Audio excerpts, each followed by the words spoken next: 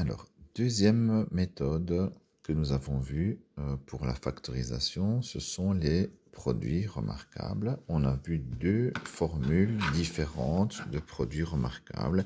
Et la première, c'est celle-ci, a carré plus 2ab plus b carré égale a plus b au carré. Vous voyez que on utilise la formule des produits remarquables dans le sens de la somme vers le produit, puisque au carré, ça revient à dire a plus b fois a plus b, donc c'est un produit.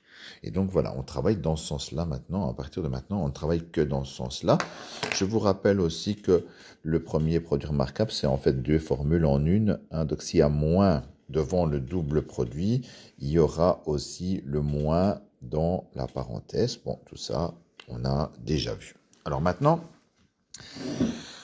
on a travaillé aussi la factorisation par les produits remarquables, mais bon, les exercices étaient préparés, c'était toujours la même chose, etc. Donc, quand on fait toujours la même chose, c'est assez facile. Maintenant, tout va se mélanger. Et donc, je rappelle l'importance de bien connaître les éléments de la formule et le vocabulaire. Et donc, les éléments de la formule, c'est quoi? Qu'est-ce que je dois retrouver pour avoir le produit remarquable numéro 1?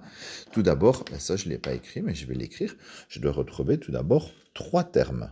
Ça, c'est la première chose. Ce n'est pas suffisant, bien sûr, mais quand j'ai 3 termes, je dois commencer à me poser la question, est-ce que je n'ai pas le produit remarquable numéro 1?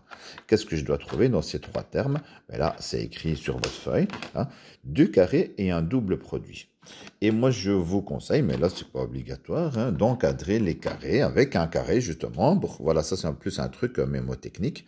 Donc, si je regarde le premier exercice, j'ai bien 3 termes. Est-ce que j'ai bien 2 carrés? 4x carré, c'est un carré. Et 9, c'est bien un carré aussi. 4x carré, c'est le carré de 2x. Et 9, c'est le carré de 3. Donc, c'est bien parti, mais ce n'est pas encore terminé. Il faut que j'ai ici au milieu, il faut vérifier, parce que dans le test, il y en aura qui sont pas bons, il y aura des pièges. Il faut vérifier que 12x, c'est bien le double produit. Double produit, ça veut dire 2 fois 2x fois 3. Et ça fait bien 12x. Donc là, ok, c'est bon, c'est bien un produit remarquable. Et donc, je peux appliquer la formule et écrire directement x plus 3, puisqu'il y a un plus devant le double produit au carré. Voilà là, le premier exercice factorisé. Alors, le deuxième, c'est toujours la même chose. Mais attention, attention, j'ai bien dit repérer les carrés. Pourquoi? Parce qu'ils ne seront pas toujours dans l'ordre de la formule. Nous, on a travaillé, on essaie de travailler toujours dans le même ordre pour avoir de bonnes habitudes. Mais dans l'exercice, ils peuvent ne pas être dans le même ordre. Donc, exercice 2, voilà. Est-ce que j'ai bien 2 carrés? Je vois qu'ici, j'ai x carré. Et ici, j'ai 1 qui est le carré de 1. Donc, x carré, c'est le carré de x. 1, c'est le carré de 1. Et donc, celui-ci devrait être le double produit. Je vérifie quand même, 2 fois x fois 1. Oui, ça fait bien 2x. Attention à la dernière chose. Ici, on a un moins devant le double produit.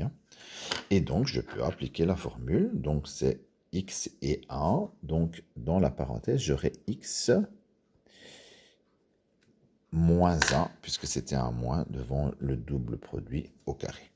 Voilà un petit rappel de l'utilisation du premier produit remarquable. Je vous envoie la photo et après vous pouvez faire l'exercice.